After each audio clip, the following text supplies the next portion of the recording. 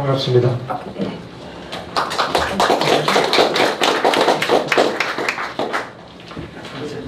날씨도 더운데 이렇게 모여서 나라 걱정하는 거 보니까 그래도 이 나라가 망하지는 않겠구나 이런 좀 위안이 됩니다. 사실 문재인 정부의 이 반일 역사관의 뿌리를 추적해 올라가 보면 제가 이 발자문에다가도 썼습니다만은 반일 문제는 틀림없이 이 친족 문제하고 연결이 됩니다. 그러니까 친족과 반일은 뗄래야 뗄 수가 없는 이런 논리 구조를 가지고 있다는 사실을 알고 발제 시작을 하겠습니다. 내용은 다 읽어보시면 알기 쉽도록 제가 정리를 해놨는데 약 30분에 걸쳐서 좀 요약하는 걸로 하겠습니다. 현재 우리 역사관을 휘어잡고 있는 두 가지 이슈가 있습니다. 하나는 E.H. 카라는 사람이 쓴 역사란 과거와 현재와의 대화다 이렇게 얘기를 합니다. 또 하나는 신채호가 쓴 역사란 아와 비아의 투쟁이다. 이 두 가지 사관이 현재 우리 문재인 정부를 휘어잡고 한국 사회를 이상한 쪽으로 지금 몰아가고 있습니다. 우리가 E.H. 카 그러면 되게 좋은 사람으로 알고 있는데 사실은 이거 흉악한 사람입니다. 왜냐하면 역사란 과거 현재와의 대화라는 뜻은 뭐냐면 과거와 현재와의 대화를 통해서 현재 역사를 우리 입맛대로 뜯어고쳐서 새로 쓸 수 있다라는 뜻이 이 안에 포함이 되어 있습니다. 그 E.H. 카의 이 역사란 과거와 현재와의 대화를 많은 사람들이 학교 강단에서 이렇게 가르치고 있는데 그 내면에 이런 뜻이 숨어 있다는 사실은 잘 모르고 있어요. 또 이 신채호의 그 역사란 아와 비아의 투쟁이다. 이 사람은 그냥 눈만 떴다 하면은 싸워야 되는 사람입니다. 그 당시 신채호가 중국에서 항일운동을 한다고 돌아다니던 그 시대에 미안한 얘기인데 여러분 광복군 숫자가 몇 명인지 아십니까? 몇 명이 광복군 보통 300명에서 500명 수준이었고요. 1945년도 가장 많았을 때의 통계가 682명으로 나와 있습니다. 바로 그 시기에 일본군은 몇 명이었느냐? 몇 명이었을 것 같아요, 여러분? 720만 명이었습니다. 그러면 우리 광복군이 아무리 의지도 좋고 그 광복에 대한 열의가 뜨거웠다 하더라도 682명 대 720만 이거 과연 현실적으로 가능했을까요? 이런 거는 이 사람한테는 필요 없는 거예요. 무조건 투쟁을 해야 된다고 외칩니다. 투쟁을 안 하는 놈들은 전부 우리의 적이니까 이놈들은 다 암살해야 돼 라고 주장하는 게 김원봉의 의열단이었습니다. 이런 식의 사고방식을 가지고 있는 사람들이 역사를 지금 제멋대로 자기 편한 대로 지금 역사를 쓰고 있습니다. 이러한 역사를 제멋대로 쓸 수 있고 투쟁을 하는 것만이 옳은 사관이다라는 그 첫 번째 문제점이 있고요. 두 번째로 아주 더 큰 문제점이 있습니다. 이거는 근거가 있든지 없든지 상관없습니다. 무조건 한국은 우월해야 돼요. 그리고 우리 주변에 있는 일본은 쪽발이라고 해서 우리가 맨날 무슨 문명을 갖다 줬으니까 우리보다 훨씬 더 뒤진 인간들이다. 이렇게 무시를 합니다. 똑같이 무시를 하는 그런 집단이 있었습니다. 여진족입니다. 문제는 우리가 그렇게 그야말로 인간 취급도 안 하는 이 오랑캐라고 그렇게 멸시하던 이 여진족 오랑캐가 청나라를 세워가지고 명나라를 무너뜨리고 중국 대륙을 차지했다는 뜻입니다. 그러니까 이제 조선의 이 오배불망 그야말로 막 상국만을 그 섬기던 이 사람들이 멘붕 상태가 돼가지고 1637년에 병자호란이 일어나서 인조가 저 지금으로 치면은 저 잠실 그 삼전도에 가가지고 3번 머리를 조아리고 9번 이마를 땅에 찢는 그런 그 항복을 했습니다. 중국이 우리를 쳐들어온 게 아니고요. 여진족이 우리를 쳐들어온 겁니다. 착각을 하시면 안 됩니다. 이렇게 하대를 하고 조공을 받았던 이 여진족 오랑캐들한테 그 참혹하게 당하고 나니까 이거를 뭔가 그 극복을 해야 되잖아요. 그래서 들고 나온 게 이제 북벌론이라는 것입니다. 그 당시 조선의 군대가 10,000명이었습니다. 청나라 군대 300만 명이었습니다. 아니 이거 어떻게 이거를 그 북벌을 해요?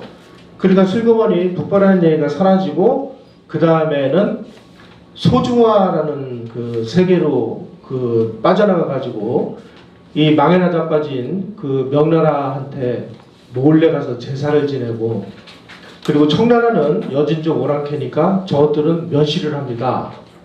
이러한 그 신난적인 이런 대보단에서의 제사를 언제까지 지냈느냐? 1894년에 청일전쟁이 일어나가지고 일본군이 서울을 점령을 하거든요. 일본군이 서울을 점령을 한 다음에 야 니네 이제 이거 그만해.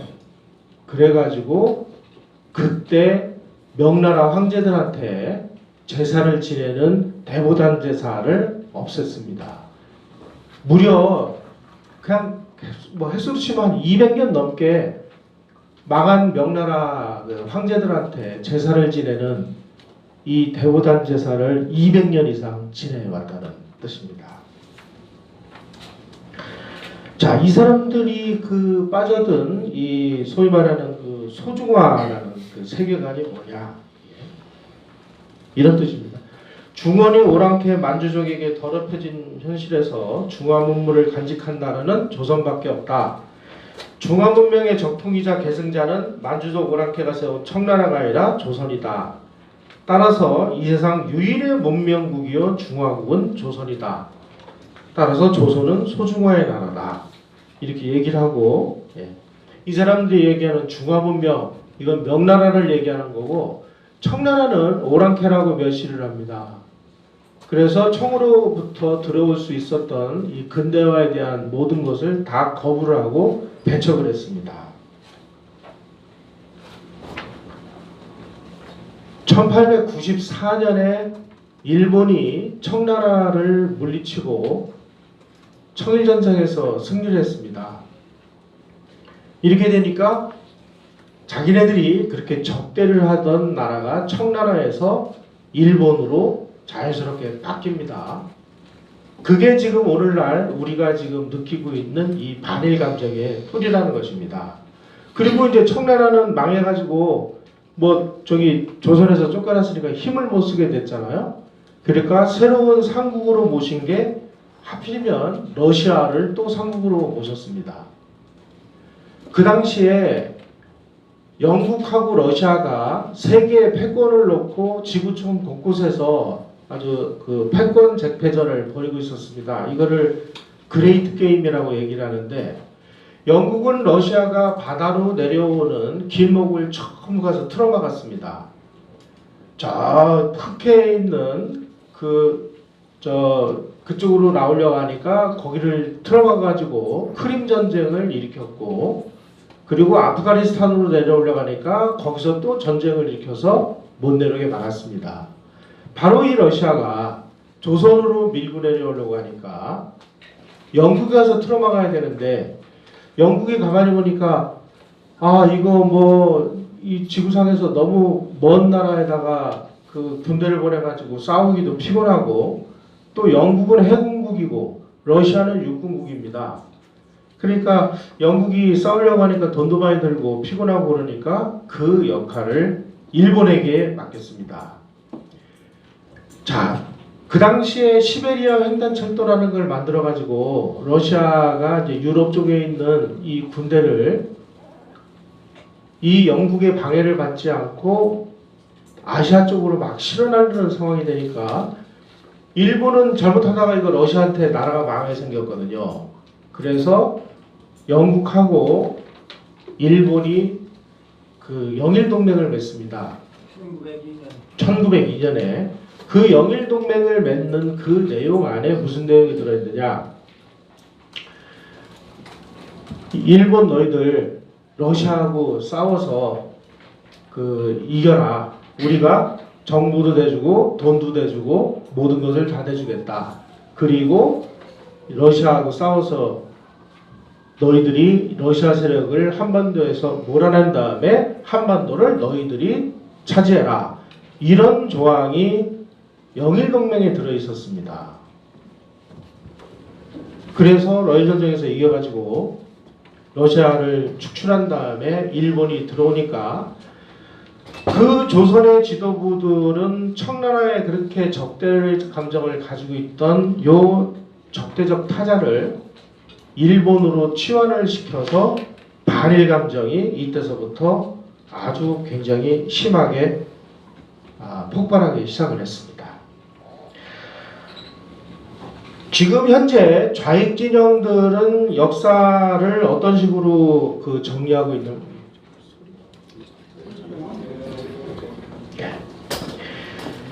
자기네들의 역사적 정통성은 임진왜란 때 의병들의 봉기에서 시작을 했다고 그렇게 주장을 합니다. 이러한 의병 봉기가 1894년에 동학농민봉기로 이어졌고 그것이 3.1운동으로 이어졌고 일제시대에 만주에서 항일무장투쟁으로 또 이어졌고 그리고 그것이 4.19로 이어지고 5.18로 이어져서 그 5.18 정신이 광화문에 있는 촛불 그 혁명으로 이어져 가지고 자기네들이 집권을 했다. 이렇게 지금 주장을 하고 있습니다. 이 사람들의 이 사관을 딱 꿰뚫어서 지배하는 것은 투쟁사관입니다. 그 투쟁사관의 핵심 키워드는 항일무장투쟁이고요.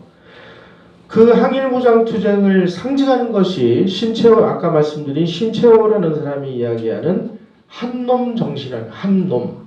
이 한놈이라는 건 뭐냐? 나라를 잃은 한국인 모두가 하나의 몸뚱이가 되어서 일제와 투쟁을 해야 된다. 이렇게 주장하는 게 한놈 정신입니다. 그래가지고 신채호가 쓴 글을 보면 을지문덕이나 강감찬 등 민족영웅의 유해에 따라서 그냥 무조건 싸우는 겁니다. 뭐 친구도 스승도 없어요. 이 투쟁에 대해서 이탈하면 다 베어버려 죽여버릴 원수고요. 또 자기의 같은 한 몸이라고 해도 왼쪽 팔이 배반하면 즉각 오른팔이 왼팔을 잘라내는 이런 것을 한놈 정신이다 이렇게 얘기를 합니다. 바로 이 신채호의 그 극단적인 투쟁 정신을 보여주는 증거가 있습니다. 바로 얼마 전에 문재인 대통령이 뭐 국군의 뿌리다라고 주장을 한 그 김원봉이가 의열단을 만드는 사람인데 그 의열단을 만들어 놓고 그 의열단 선언을 누구한테 부탁을 했냐면 신채호한테 부탁을 했습니다. 그래서 신채호가 의열단 선언이라는 것을 썼는데요. 여기에서 이렇게 얘기를 합니다. 강도 일본과 타협하려는 자, 강도 정치하에서 기생하려는 주의를 가진 자는 다 우리의 적이다. 이렇게 얘기를 하면서 의열단 선언의 맨 마지막 내용이 어떻게 되어 있느냐 이렇게 끝을 맺고 있습니다. 민중은 우리 혁명의 대본영이다. 폭력은 우리 혁명의 유일 무기이다. 우리는 민중성애가 민중과 손을 잡고 부조라는 폭력, 암살, 파괴, 폭동으로서 강도 일본의 통치를 타도하고 우리 생활에 불합리한 일체 제도를 개조하여 인류로서 인류를 압박치 못하며 사회로서 사회를 박삭지 못하는 이상적인 조선을 건설하겠다. 이렇게 주장을 합니다. 바로 이 신채호나 의열단원들이 만주에서 뭐 암살, 뭐 폭력 이런 것을 행사하고 있을 때 이승만 대통령은 국제연맹에다 대통령에다가 위임 통치 청원이라는 것을 그 편지를 썼습니다. 이 내용은 뭐냐? 한반도를 중립적인 상업지역으로 만들어서 우리가 세계 모든 나라하고 개방하고 통상할 수 있는 나라를 국제연맹이 만들어달라. 그러자면 자연히 일본의 통치로부터 조선을 분리를 해내야 되니까 우리는 독립할 수 있는 거 아니냐. 바로 이게 위임 통치 청원이라는 것입니다. 바로 이게 이승만 대통령의 외교 독립론이었고요. 그런데 이런 외교 독립 이런 거는 신채호나 김원봉이 보기에 다 이거 때려 죽일 놈들의 그 소위 말하는 투항 정신이랍니다. 그래서 김원봉의 의열단이 이승만이 그 당시 상해에서 대통령으로 재임하고 있을 때 위임 통치 청원 문제가 제기가 됐을 때 이승만을 암살하기 위해서 의열단원을 상해에다가 보냈습니다. 이승만이 그걸 알고 상해에서 나와가지고 필리핀을 거쳐서 다시 하와이로 돌아갑니다. 그 당시에 신채호는 이 이승만의 위임 통치 청원 이야기를 듣고 이렇게 얘기했습니다. 이완용은 있는 나라를 팔아먹었는데 이승만은 있지도 않은 나라를 팔아먹은 나쁜 놈이다. 이러면 죽여야 된다. 이 사람은 위임 통치 청원이 무슨 뜻인지를 이해할 수 있는 그런 지적 능력이 없었던 사람입니다. 정말 웃기게도 바로 이처럼 중국에서 독립운동을 하고 항일 무장투쟁을 했다고 주장하는 사람들은 거의 대부분이 중국 정권이나 중국 국민당 정부나 모택동 정부의 그 의지에서 그들의 지원금을 받아가지고 활동을 했다는 사실입니다. 예를 몇 가지 들어보겠습니다. 그 당시에 그 유인석이라는 사람이 의병을 일으켜서 의병 활동을 하다가 블라디보스토크로 망명을 했습니다. 유인석이가 1911년에 중국에서 신해혁명이 일어났다는 소식을 듣고 이게 이제 우리가 살았다. 이제 한족이 만주족을 몰아내고 중화의 적통을 회복하면 소중화인 조선의 독립이 저절로 해결될 거 아니냐 이렇게 주장을 합니다. 그런데 그 송문이 공화정을 실시하고 공자학교를 폐쇄하고 그러니까 이게 내가 생각하는 세상이 아니네. 그래가지고 절망낙담해가지고 죽었습니다. 그 다음에 그 대한민국 임시정부의 그 국무총리를 지냈던 외무총장 신규식은 광동정부, 광동에서 순원이 그 주석이었는데 이 사람의 그 승인을 얻기 위해서 손문을 예방하는 자리에서 과거에 그 조선의 사신이 명나라 황제들을 그 아련을 할 때 했던 6차례에 걸친 아주 최고의 예우에 경례를 했습니다. 그러니까 중국 신문이 드디어 조선에서 또 와가지고 우리한테 사대를 하는구나. 저 선물을 황제로 생각을 하는구나. 이렇게 보도를 했어요. 이게 알려지는 바람에 임시정부에서 난리가 났습니다. 신규식이가 하도 욕을 많이 얻어먹어가지고 분해가지고 굶어 죽었습니다. 이런 식으로 중국으로 망명한 이 독립운동 세력은 이 조선 성리학자들이 가지고 있었던 이 소중화 세계에서 한 발도 못 벗어났다는 사실입니다. 때문에 중국에서 활동했던 거의 모든 독립운동가들은 중국 국적을 취득하고 국민당 아니면 공산당으로부터 도움을 받아가지고 운동을 했습니다.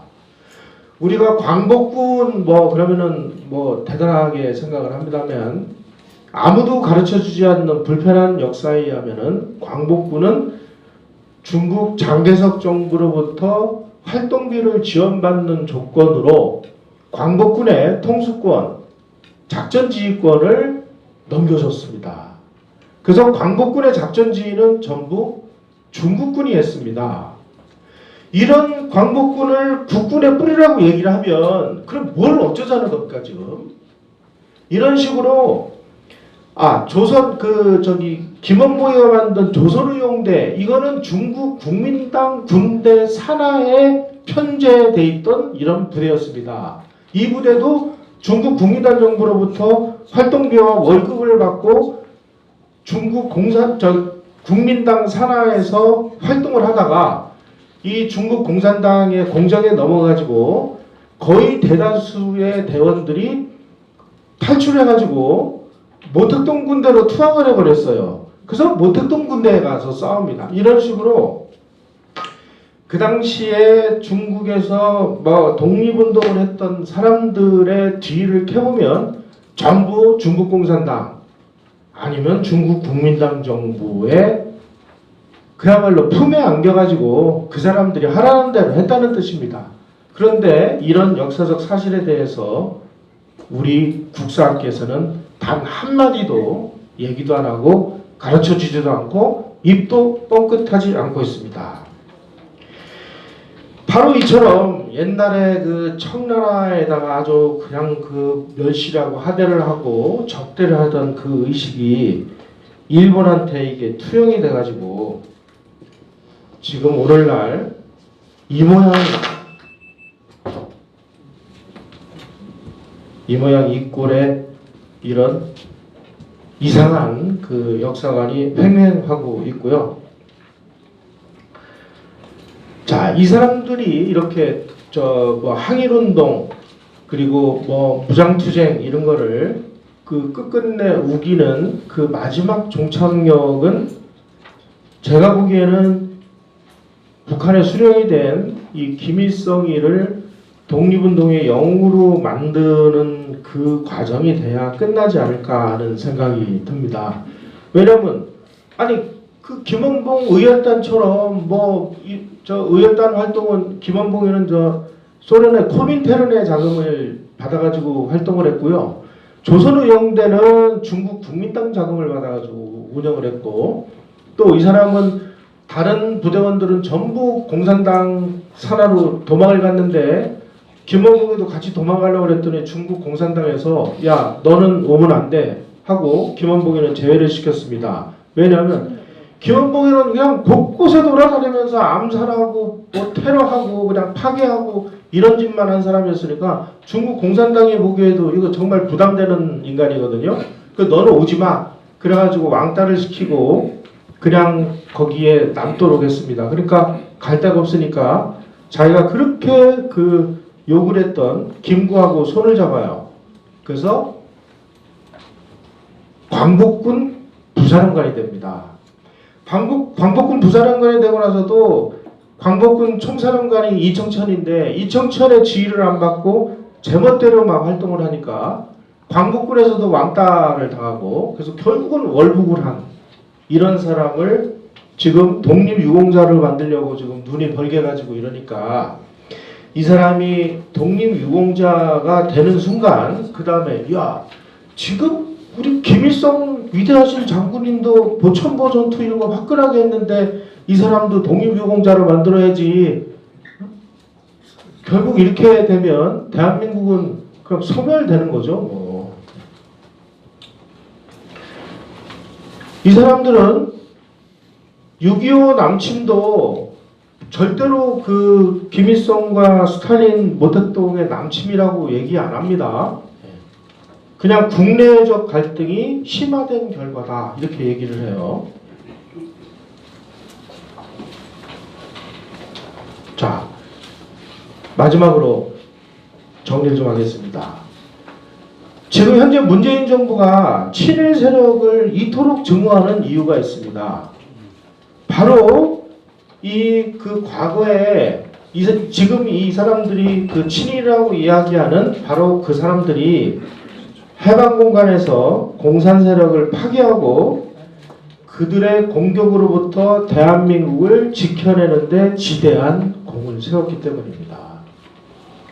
한국의 좌편향 세력들이 집요하게 친일파를 공격하는 이유는 식민지 시대에 그들의 행위를 증오하는 게 아니고 해방 후에 대한민국이 건립되는 과정에서 바로 이 공산당들을 때려잡는 그 지대한 공헌을 한 것에 대해서 저주를 퍼붓는 것입니다.